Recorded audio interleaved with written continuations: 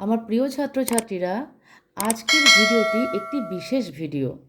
দেখো, সংকলিতা থেকে তিনটি ছোট গল্প, যেমন গিন্নি, লালু, বামা এবং দুটি কবিতা, বঙ্গভূমির প্রতি এবং আবার আসিব ফিরে, এই পাঁচটি মোট জায়গা থেকে আমি কিছু প্রশ্ন এনেছি। কিন্তু প্রশ্নগুলো কিন্তু আমার নয়, তোমাদেরই বিভিন্ন সময়ে করা বিভিন্ন প্রশ্ন।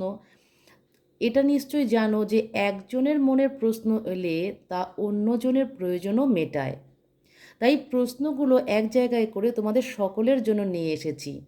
তোমরা আমার এই ভিডিওটি প্রথম থেকে শেষ পর্যন্ত দেখবে। দেখার পর যদি তোমাদের মনে হয় যে ভিডিওটি ভীষণই ইউজফুল, তোমাদের জন্য যথেষ্ট উপকারী, তাহলে অবশ্যই আমার চ্যানেলটিকে সাবস্ক্রাইব করো এবং এই ভিডিওটিকে শেয়ার করো। আর আইসিএসসি বাংলার সমস্ত রকম হেল্প পেতে অবশ্যই আমার চ্যানেলটির সঙ্গে থেকো। কেমন? তাহলে আমি প্রশ্নের উত্তরগুলো পড়ছি, খুব মন দিয়ে শুনবে এবং নোট ডাউন করবে। দেখো, গিন্নি থেকে যে প্রশ্নটি এসেছিল, গিন্নি গল্প অবলম্বনে তৎকালীন শিক্ষা ব্যবস্থা ও শিক্ষকতা সম্পর্কে আলোকপাত করো। খুব মন দিয়ে শুনবে। উপন্যাস একটি যুগচিত্রকে তুলে ধরে, কিন্তু ছোট গল্প নির্দিষ্ট একটি ঘটনাকে চিত্রিত করে। এর নিরিখে তৎকালীন গোটা শিক্ষা ব্যবস্থা ও শিক্ষকতাকে বা শিক্ষক কুলকে বিচার করা বোধহয় ন্যায়সঙ্গত হবে না। এটা কিন্তু উত্তর ছিল না, উত্তরটা এখন শুরু হচ্ছে। মন দিয়ে শোনো। রবীন্দ্রনাথ ঠাকুরের গিন্নি গল্পটি প্রকাশিত হয় 1307 বঙ্গাব্দে, অর্থাৎ ব্রিটিশ শাসিত ভারতের সমসাময়িক শিক্ষা ব্যবস্থার ও শিক্ষাদান রীতির একটি আভাস পাওয়া যায় এই গল্পের দুটি মূল চরিত্রের মধ্যে দিয়ে। ছাত্রটি নিরীহ বালক আশু ও তার শিক্ষক শিবনাথ পণ্ডিত। ছাত্রবৃত্তির 2-3 শ্রেণী নিচে পড়া বালকদের এবং আশুকে শিবনাথ পণ্ডিত যেভাবে নিগ্রহ করতেন তা সে সময়ের শিক্ষকদের আচরণের প্রতীক ধরলে এই সিদ্ধান্তে আসতে হয় যে শিক্ষক ছিলেন নিষ্ঠুর, হৃদয়হীন, পীড়নকারী এবং অত্যাচারী। শিক্ষক বালকদের প্রতি শারীরিক নির্যাতন করে ও কুরুচিকর মন্তব্য ও বিদ্রূপ করে শিশু মনের বিকাশের অন্তরায় হয়ে দাঁড়াতেন।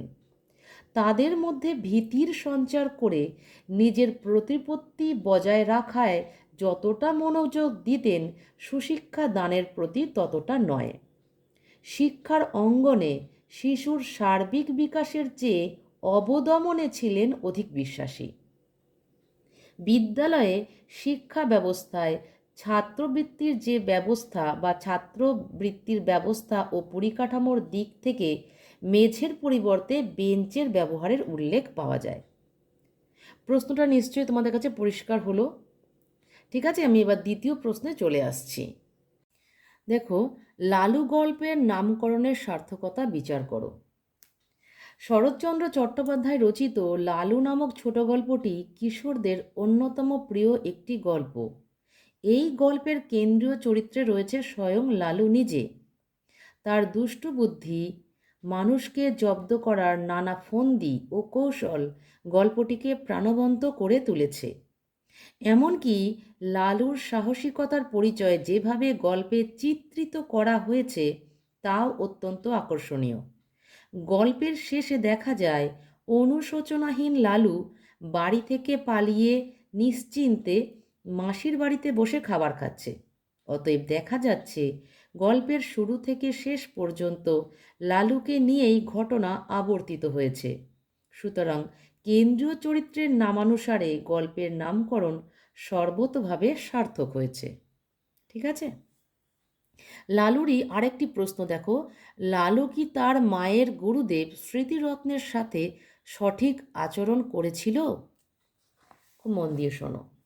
না, লালু তার মায়ের গুরুদেব স্মৃতিরত্নের সাথে মোটেই সঠিক আচরণ করেনি। লালুর মা তার দুষ্টুমি কমাতে বাড়িতে শিক্ষক নিযুক্ত করার প্রস্তাব দিয়েছিলেন, যাতে সে সন্ধ্যের সময় ব্যস্ত থাকে। এ কারণে লালু তার মাকে জব্দ করার সুযোগ খুঁজতে থাকে।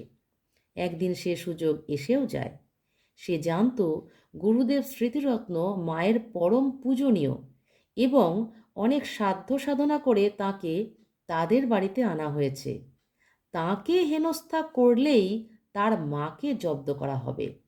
কিন্তু লালু যে কাজ গুরুদেব স্মৃতিরত্নের সাথে করেছে, কোনো যুক্তিতেই সে কাজ উচিত হয়নি।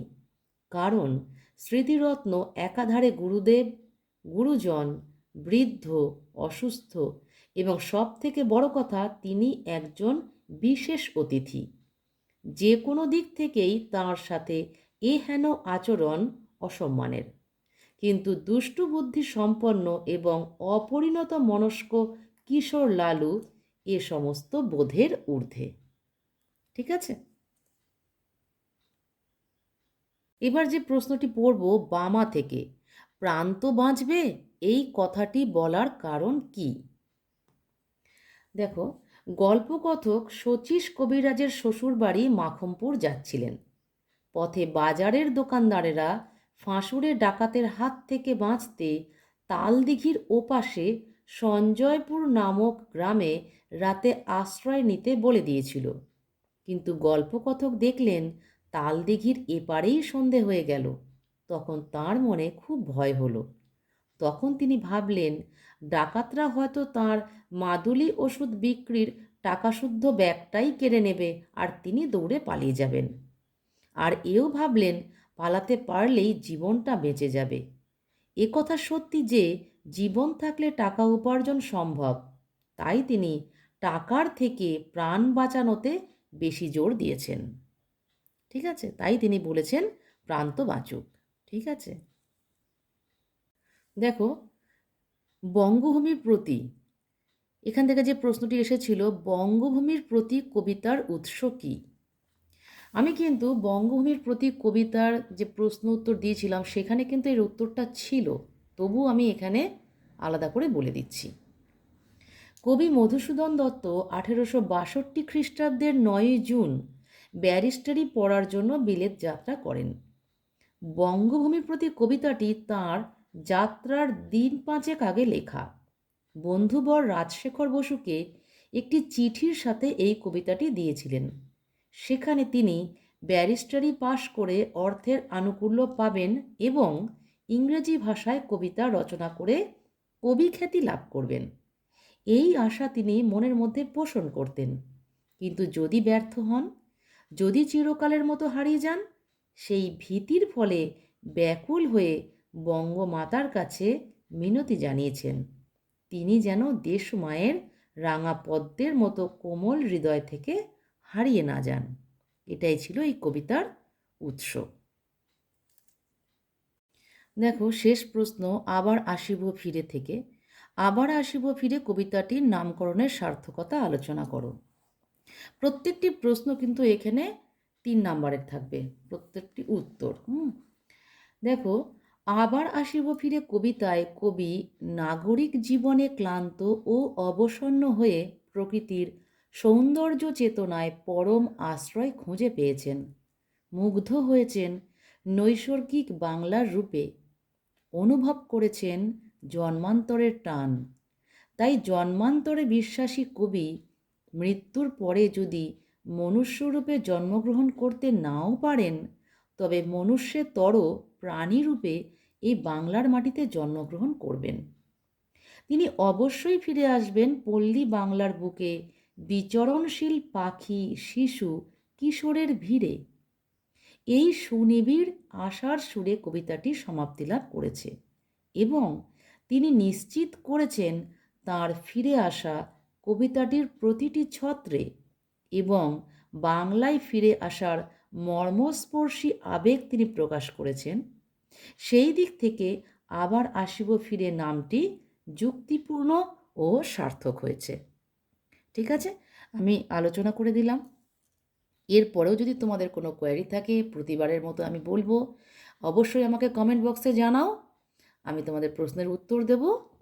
আজকের ভিডিও আমার এই পর্যন্তই। তোমরা সবাই ভালো থেকো।